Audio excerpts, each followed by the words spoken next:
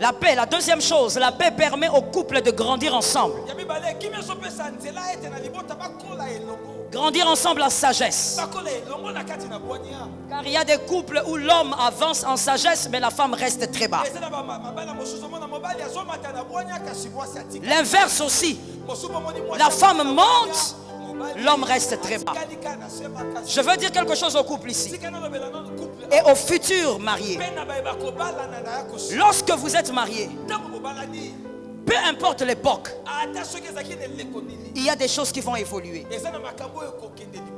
Plus les années passent, plus vous évoluez. Vous rencontrez de nouvelles personnes. Certains d'entre eux vont changer votre système de pensée. Vous allez peut-être fréquenter un environnement différent. L'environnement aussi change l'homme. Il faut avoir l'habitude de grandir en sagesse ensemble. Quand tu sens que ta femme est restée, sois capable de l'aider à monter. Je commence par les hommes. C'est d'où vient ce problème de femmes de ministère. On ne comprend rien. Parce que dans la Bible, je ne vois pas ça. Quelqu'un qui, tu te maries avec une femme, tu vas à l'université, tu finis, tu as de nouveaux amis, des profs d'université qui commencent à venir te visiter, mais la femme que tu avais épousée ne sait pas comment mettre les couverts à table. C'est comme ça que tu l'avais épousée. Elle ne sait pas où on met le couteau, là où on met le verre, là où on met le verre à eau, le verre à jus, elle ne sait pas. Mais quand toi tu évolues en tant que chef, fais aussi évoluer ta femme. Fais aussi monter ta femme. Même si elle ne sera pas tridoque comme toi, apprends à ta femme comment il faut maintenant évoluer dans ton nouveau monde. Mais beaucoup d'hommes ont rejeté leur femme à cause de ça. Non, mais écoutez, observez vous-même. Ma femme, regardez comment elle est. Moi, j'ai des amis haut placés.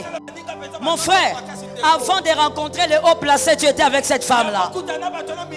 Apprends à ta femme à monter. Tu regardes ta femme, tu dis, écoute, chérie, voilà pourquoi un chef de famille doit être aussi un enseignant. Un mari doit être un enseignant. Et enseigner d'abord ta femme. Tu dis à ta femme, écoute chérie, tu vois, nous avons des invités ce soir. Mais les gens des modèles que tu as fait, c'est les modèles de Mbujimayi. Il faut changer. Il faut que tu fasses un peu quelque chose de différent, un peu descendu. Ça veut dire que tu dois l'aider à monter, même dans les détails. Toi, tu sors, tu vas... Oh, que les hommes disent Amen. Non, non, vous êtes en retard. J'ai dit que les hommes disent Amen. Que les hommes disent Amen. Tu vas au travail. Tu arrives au travail. Tu trouves la secrétaire. Elle a mis des tissages. Elle a fait des maquillages. Ce qu'elle a fait, ce n'est même pas maquillage, c'est maquillage. Elle a frappé. Elle met ses talons hauts. Elle vient te recevoir. Alors que toi à la maison avec ta femme qui n'a pas évolué avec toi, vous n'êtes même pas dit bonjour. Donc tu vois la secrétaire. Tu vois le soleil. Quand tu rentres à la maison, ténèbres. Tu dis, ah, je l'avais épousée, j'étais aveuglé ou bien. Et puis, écoutez, je donne aux femmes les indices. Je donne aux femmes les indices. Quand tu remarques que ton mari commence à te dire, chérie, passe un peu comme ça. Tu as grossi ou bien ce sont mes yeux? Ma belle Koti. Et je dis ma belle Koti. Quand ton mari commence à te dire, chérie, j'ai l'impression que tu mets plus de lait de beauté. Il a vu quelqu'un qui met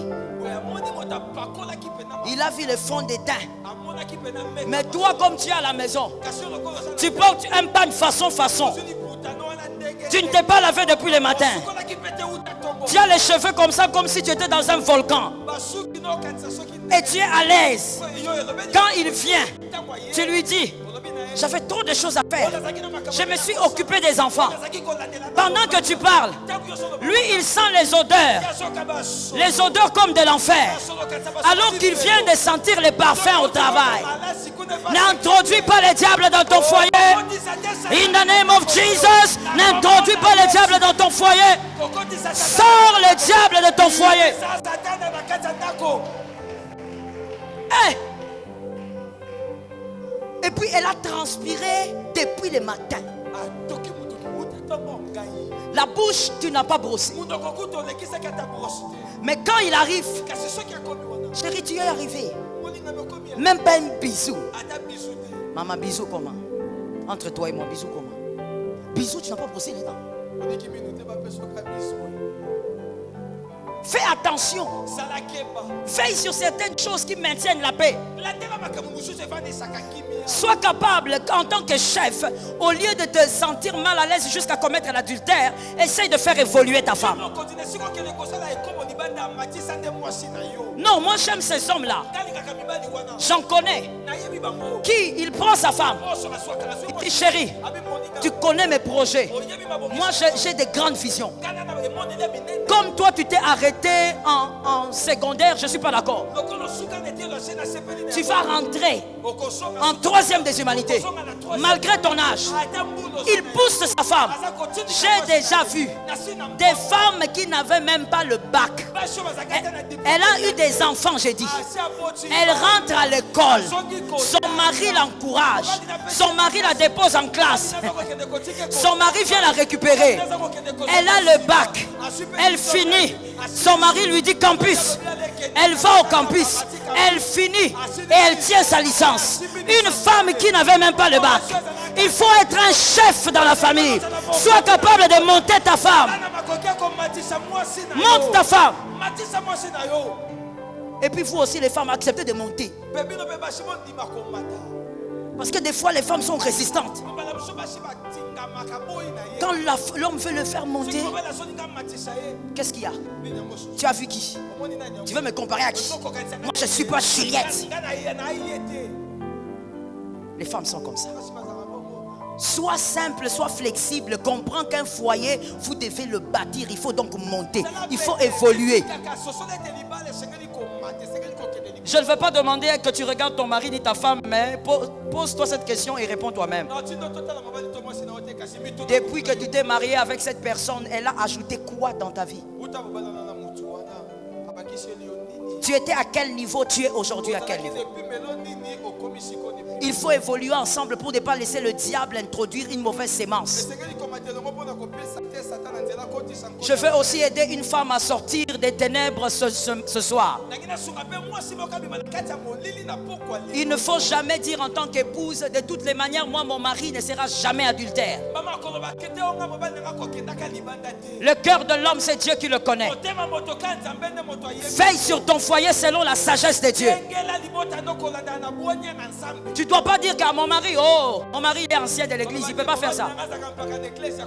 Attention, tu risques d'être surpris au deuil. Tu vas regarder des gens comme ça qui ont le visage de tes enfants.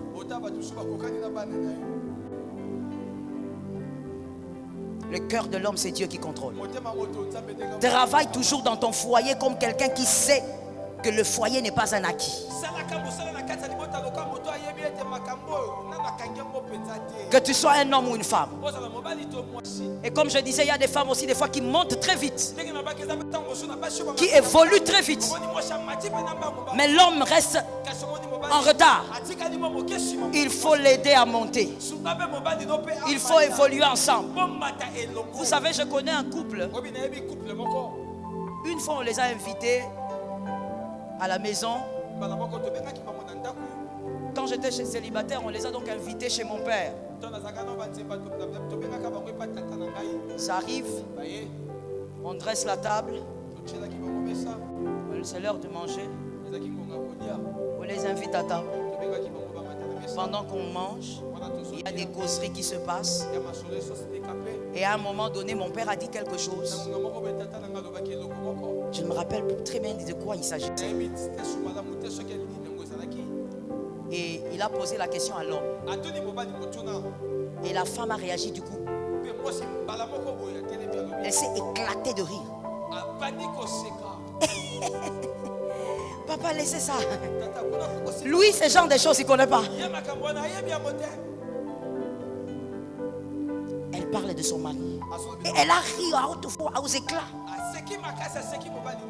C'est-à-dire pour elle, c'est une fierté qu'elle soit très haut, que l'homme soit bas. Dans le mariage, il faut évoluer ensemble. Parce que de toutes les manières, madame, monsieur, écoutez-moi. De toutes les manières, ton mari va évoluer. Ta femme aussi va évoluer. Il faudrait ensemble que vous puissiez être en unité pour que le choc ou la différence ne soit pas grande.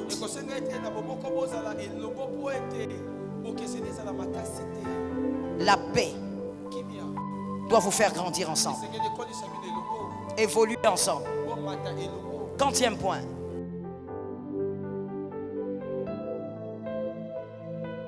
Au terme de cette prédication, je voudrais vous rappeler l'importance de rester ferme dans la foi et de suivre la voie du Seigneur. La vie chrétienne est un voyage qui demande dévotion et persévérance.